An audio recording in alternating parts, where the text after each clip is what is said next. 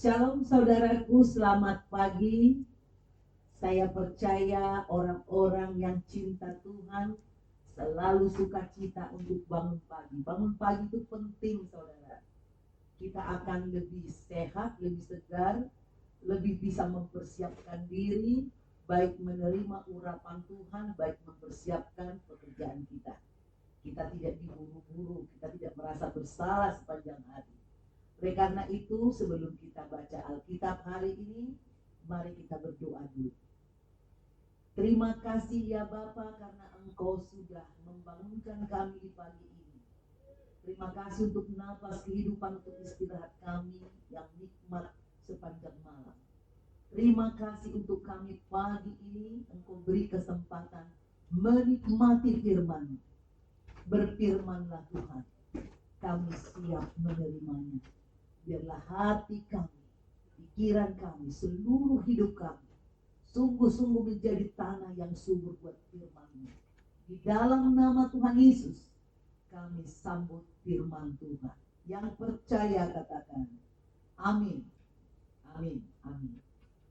Saudaraku, hari ini dari CDN 7 TV, dengan saya Pendeta Deborah Dupal Sisyanipar dalam acara BLC Bible Lover Club, membaca Alkitab secara teratur dari Kejadian sampai Wahyu. Saatnya kita tiba dalam pembacaan kitab Kejadian pasal 49 ayat 1 sampai ayat 33. Judul perikopnya, perkataan Yakub yang penghabisan kepada anak-anaknya. Ayat 1. Kemudian Yakub memanggil anak-anaknya dan berkata, datanglah berkumpul supaya aku beritahukan kepadamu apa yang akan kamu alami di kemudian hari. 2. Berhimpunlah kamu dan dengarlah. Ya anak-anak Yakub, dengarlah kepada Israel ayahmu. 3. Ruben, engkaulah anak sulungku, kekuatanku dan permulaan kegagahanku. Engkaulah yang terutama dalam keluhuran, yang terutama dalam kesanggupan. Engkau yang membual sebagai air, tidak lagi engkau yang terutama. Sebab engkau telah menaiki tempat tidur ayahmu. Waktu itu engkau telah melanggar kesuciannya. Dia telah menaiki petiduranku. 5. Simeon dan Lewi bersaudara. Senjata mereka ialah alat kekerasan. 6. Janganlah kiranya jiwaku turut dan dalam permufakatan mereka. Janganlah kiranya rohku bersatu dengan perkumpulan mereka. Sebab dalam kemarahannya mereka telah membunuh orang, dan dalam keangkaraannya mereka telah memotong urat keting lembu. 7. Terkutuklah kemarahan mereka sebab amarahnya keras. Terkutuklah keberangan mereka sebab berangnya bengis. Aku akan membagi-bagikan mereka di antara anak-anak Yakub dan menyerahkan mereka di antara anak-anak Israel. 8. Yehuda, engkau akan dipuji oleh saudara-saudaramu. Tanganmu akan menekan tengkuk musuhmu. Kepadamu akan sujud anak-anak ayahmu. 9. Yehuda adalah seperti anak singa.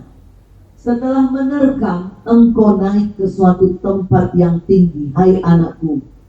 Ia meniarap dan berbaring seperti singa jantan atau seperti singa betina.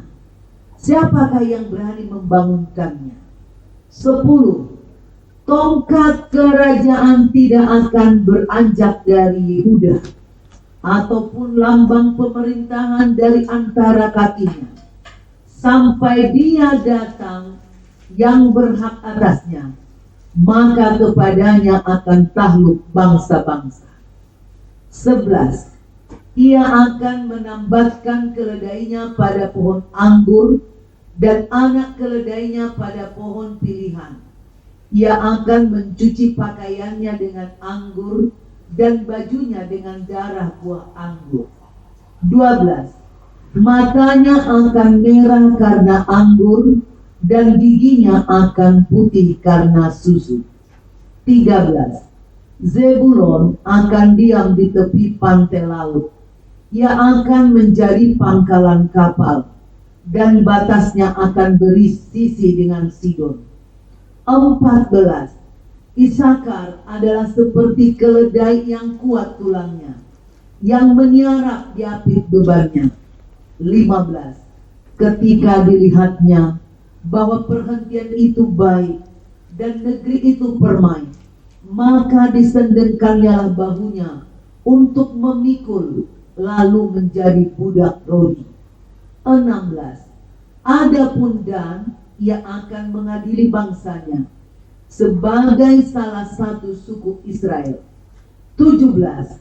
Semoga Dan menjadi seperti ular di jalan, seperti ular beludak di denai yang memanggut tumit kuda, sehingga penunggangnya jatuh ke belakang. 18. Aku menanti-nantikan keselamatan yang daripadamu ya Tuhan. 19. Dan ia akan diserang oleh gerombolan, tetapi ia akan menyerang tumit mereka. 20. Asher, makanannya akan limpah mewah, dan ia akan memberikan santapan raja-raja. 10. 21. Naftali adalah seperti rusa betina yang terlepas, ia akan melahirkan anak-anak indah. 22. Yusuf adalah seperti pohon buah-buahan yang muda, pohon buah-buahan yang muda pada mata air. Dahan-dahannya naik mengatasi tembok. 23. Walaupun pemanah-pemanah telah mengusiknya, memanahnya dan menyerbunya. 24. Namun panahnya tetap kokoh dan lengan tangannya tinggal liat. Oleh pertolongan yang maha kuat pelindung Yakub, oleh sebab gembalanya gunung batu Israel. 25.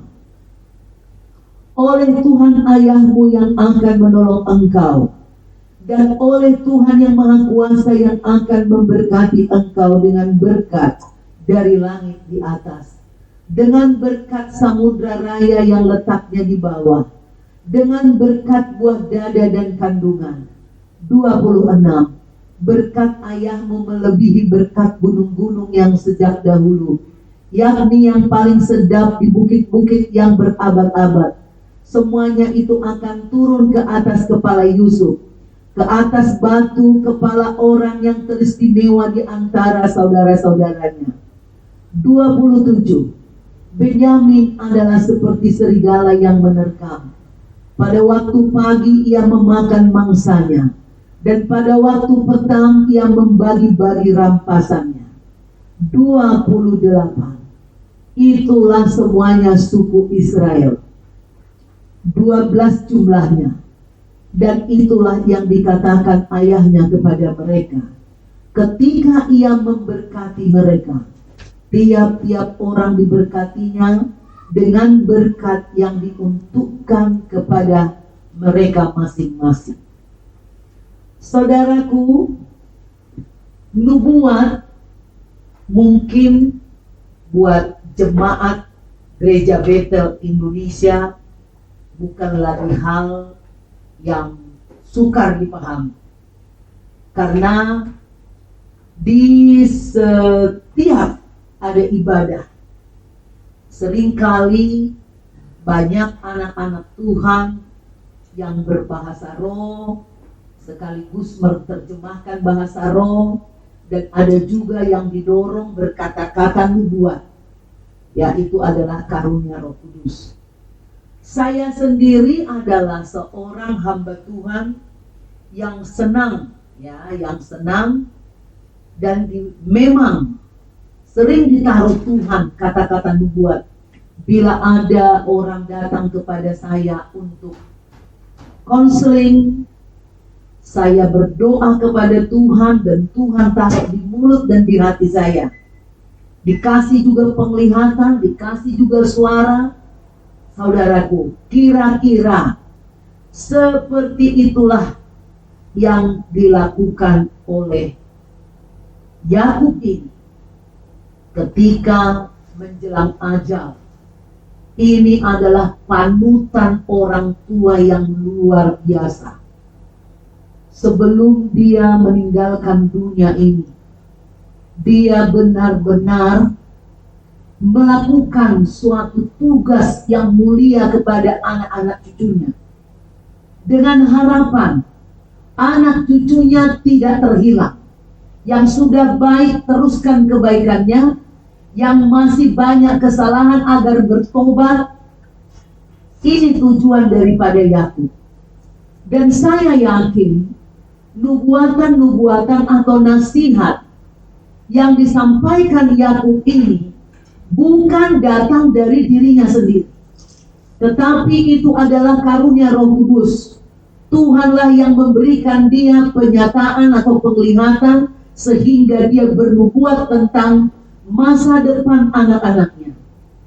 Isi dari nubuatannya itu adalah berupa pujian, harapan, sekaligus teguran sesuai dengan apa karakter, sikap, dan perbuatan anak-anaknya selama ini.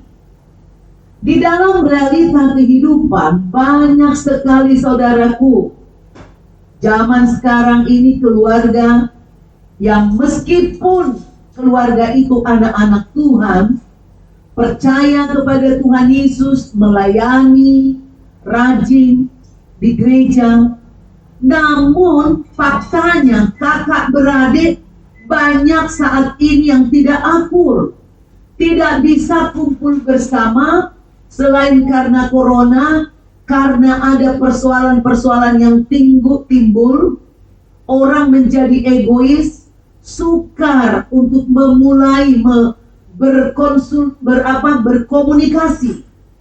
Nah, ini disebabkan adanya pergeseran budaya, sehingga anggota keluarga tidak lagi mampu menjadi pribadi-pribadi yang mementingkan kesatuan dalam keluarga. Padahal, saudaraku, firman Tuhan di Mazmur 133 ini berlaku selamanya. Dikatakan, di mana ada kesatuan hati, kesanalah Tuhan memerintahkan berkat. Jadi saudaraku, apapun keadaan zaman kita, Tuhan yang membangun lembaga keluarga. Tuhan menghendaki keluarga ini selalu bisa bersama-sama, bekerja sama, saling mengasihi, saling membangun, bekerja sama memuliakan Tuhan, saling mengasihi, saling memperhatikan. Oleh karena itu, apa yang dilakukan oleh Yakub di masa tuanya, menyampaikan nasihat dan kata teguran dan pujian ini, adalah sebagai iman, karena dia percaya janji Tuhan kepada Yakub, janji Tuhan kepada ayahnya Isai, dan janji Tuhan kepada kakeknya Abraham. Anak-anaknya dia kehendaki juga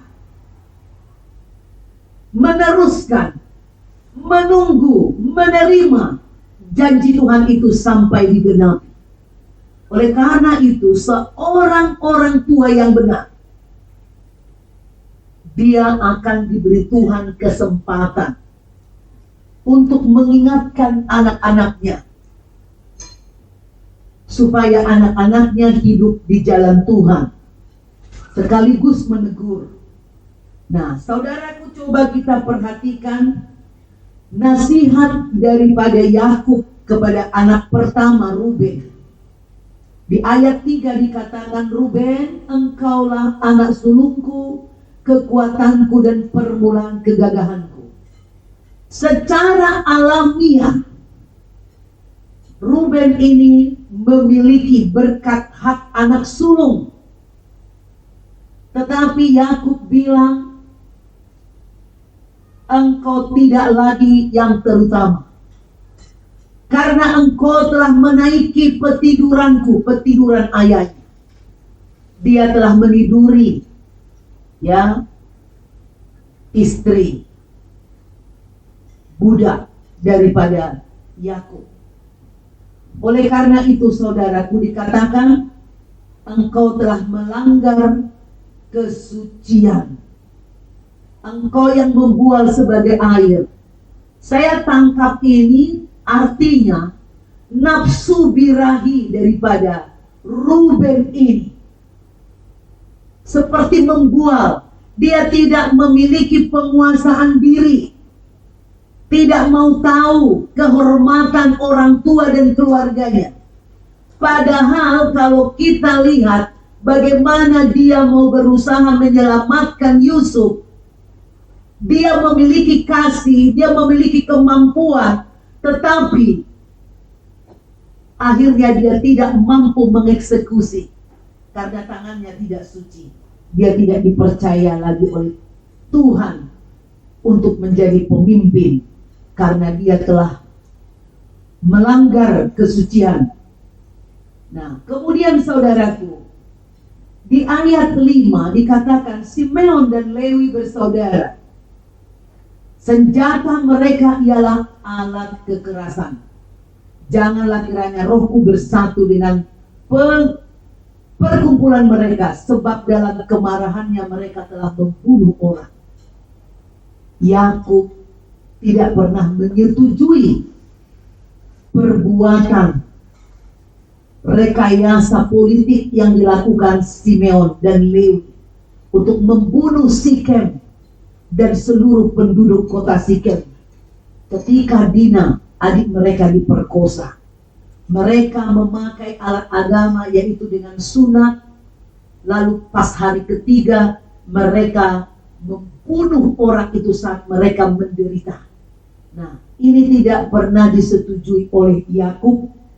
Maka nasihatnya kepada mereka, terkutuklah kemarahan mereka. Perhatikan baik-baik, bukan anaknya yang dikutuk, tapi terkutuklah kemarahan mereka. Tapi bagian mereka akhirnya apa?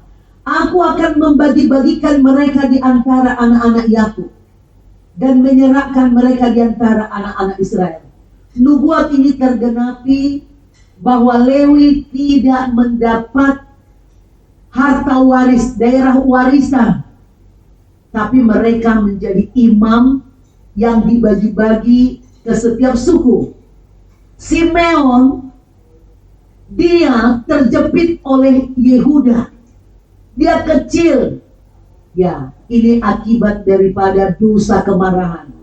Saya beritahu kepada kita, saudaraku, jangan sampai kita membunuh. Jangan sampai ada kata-kata membunuh, mengancam orang. Kemarahan kita jangan sampai mengeluarkan kutuk. Kemarahan itu bisa diobati. Datang kepada Tuhan. Cari Tuhan. Tuhan bisa mengangkat semua roh kemarahan. Jangan pernah ikuti emosi saudara ketika ada kesalahan. Saudaraku, berkat Yakub benar-benar membuat mereka terbagi-bagi dan berserak akibat tabiat kemarahan mereka. Kemudian saudaraku, anak keempat Yehuda dikatakan, saya bacakan ayat 8.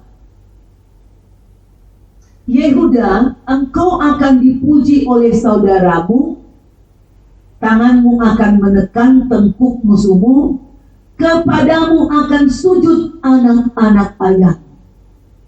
Ini suatu nubuatan yang menunjukkan bahwa Yehuda akan menurunkan, melahirkan keturunan raja dari keturunan Yehuda, karena dikatakan akan sujud anak-anak ayah. Di ayat 9 dikatakan Dia seperti anak singa setelah menerkam engkau naik, meniarap. Nah, ini saudaraku menunjukkan, menjanjikan kerajaan kepada keturunan Yehuda. Dan itulah akhirnya Yehuda nanti juga menjadi nenek moyang Raja Daud dan seterusnya. Kemudian keturunan Yehuda lah Yusuf yang menjadi ayah daripada Mesias Yesus Kristus. Nah, selain Yehuda menjadi raja, Tuhan memberikan nubuat melalui mulut ayahnya bahwa dia dijanjikan kemampuan memimpin seperti singa. Ada kemenangan, ada stabilitas dalam suku itu. Dia digambarkan sebagai anak singa yang mampu, singa jantan atau benih betina, memiliki kekuasaan dan kemakmuran. Ini Yehuda lengkap.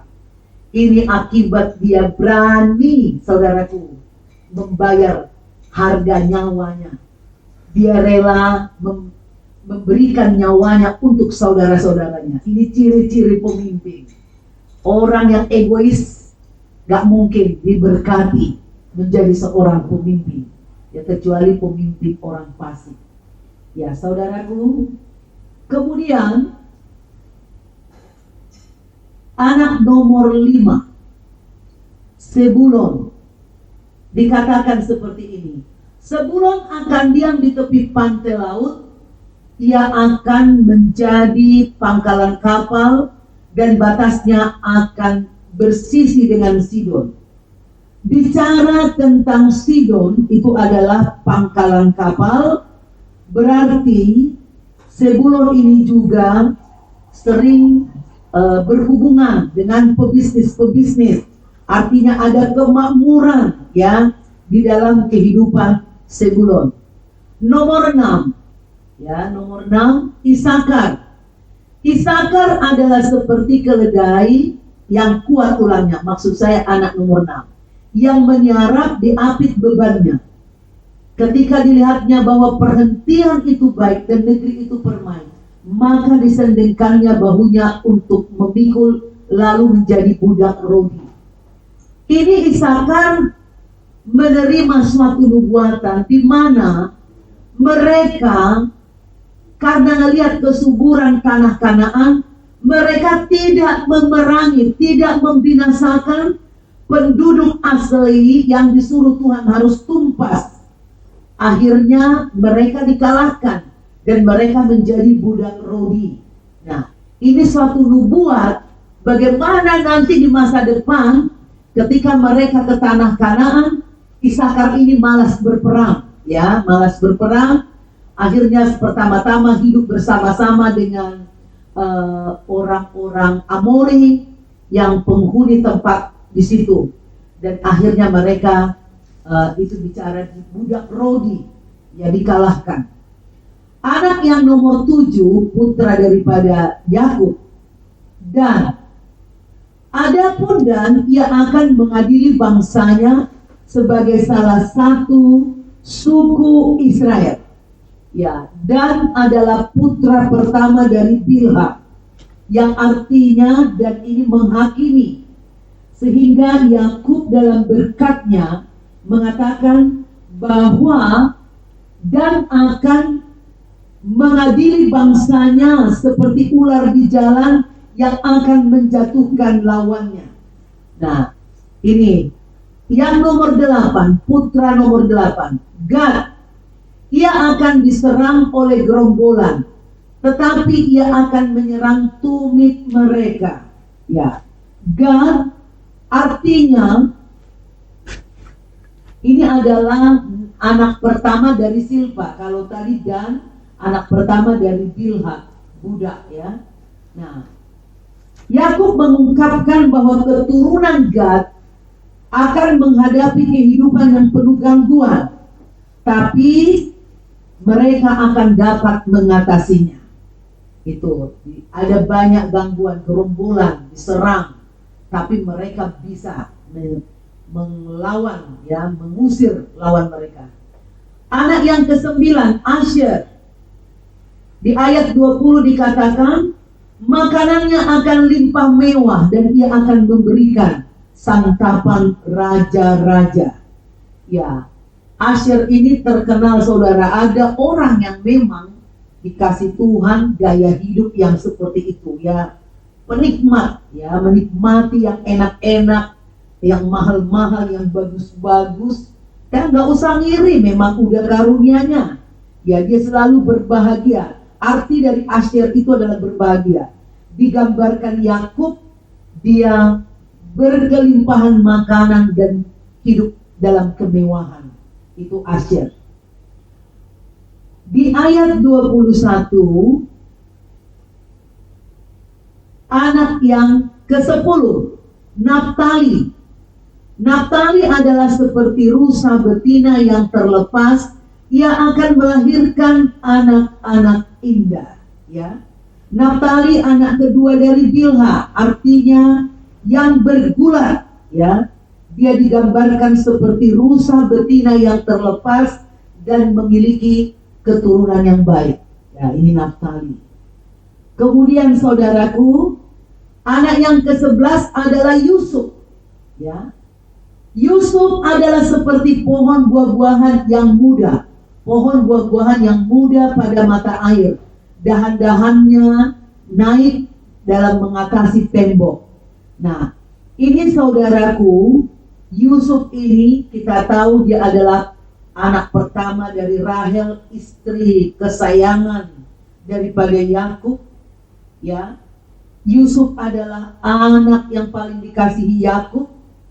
Yakub mengucapkan berkat dalam waktu damai. Kemudian saudaraku, nasihatnya, berkat Yakub turun dalam diri Yusuf dan akan turun kepada orang-orang yang istimewa di antara saudara-saudaranya.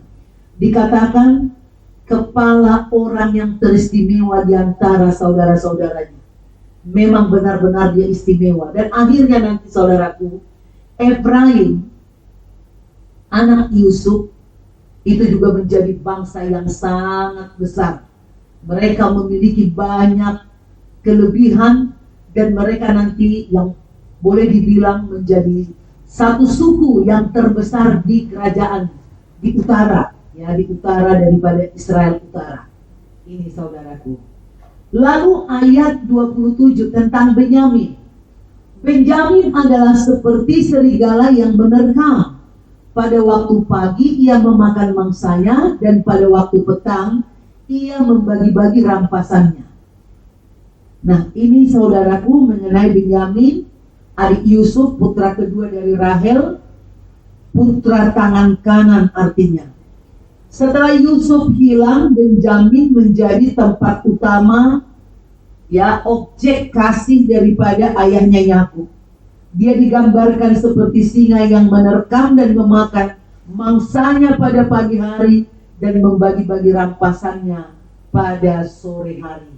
Saudaraku, nubuatan Yakub ini berbeda-beda kepada putra-putranya. Apa yang menyimpan arti berkat, tapi juga ada arti kutuk.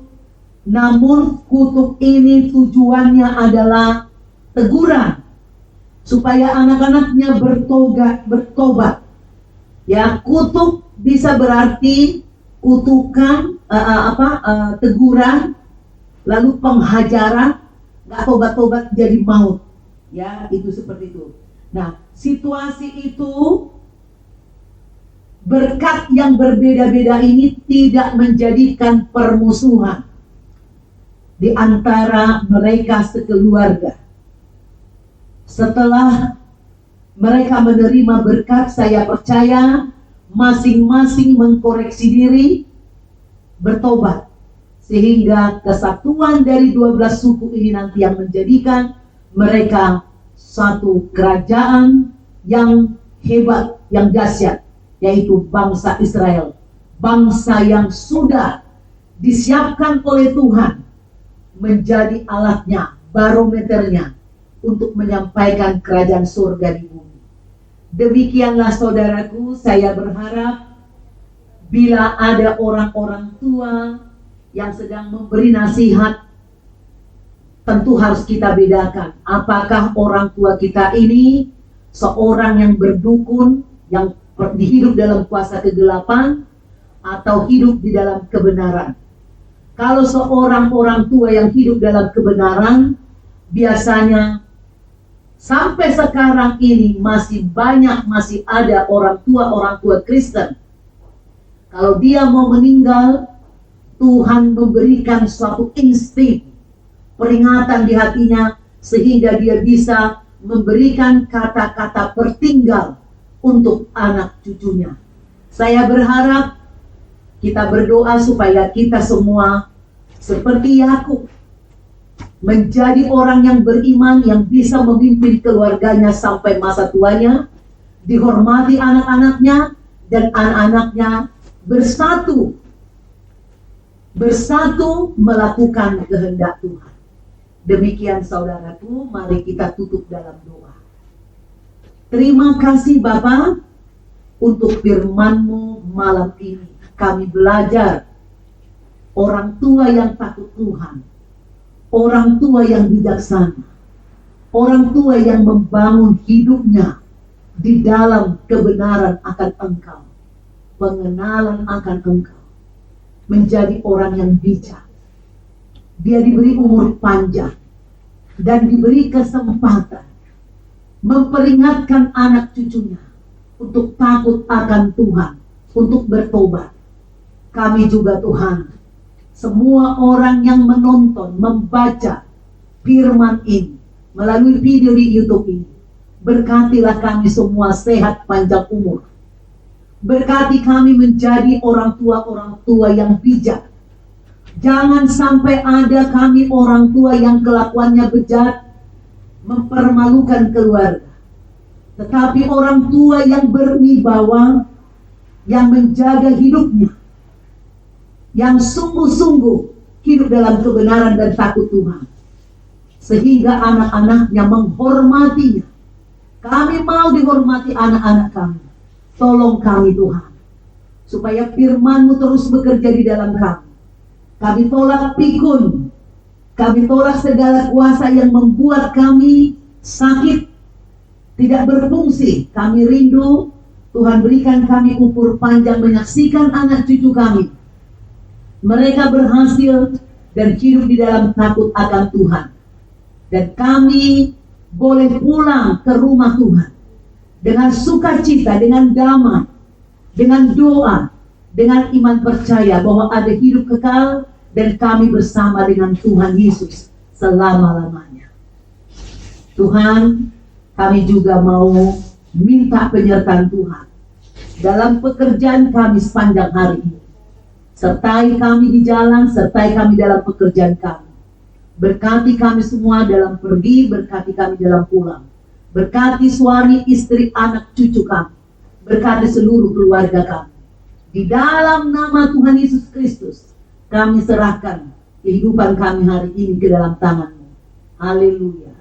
Amin. Amin. Amin.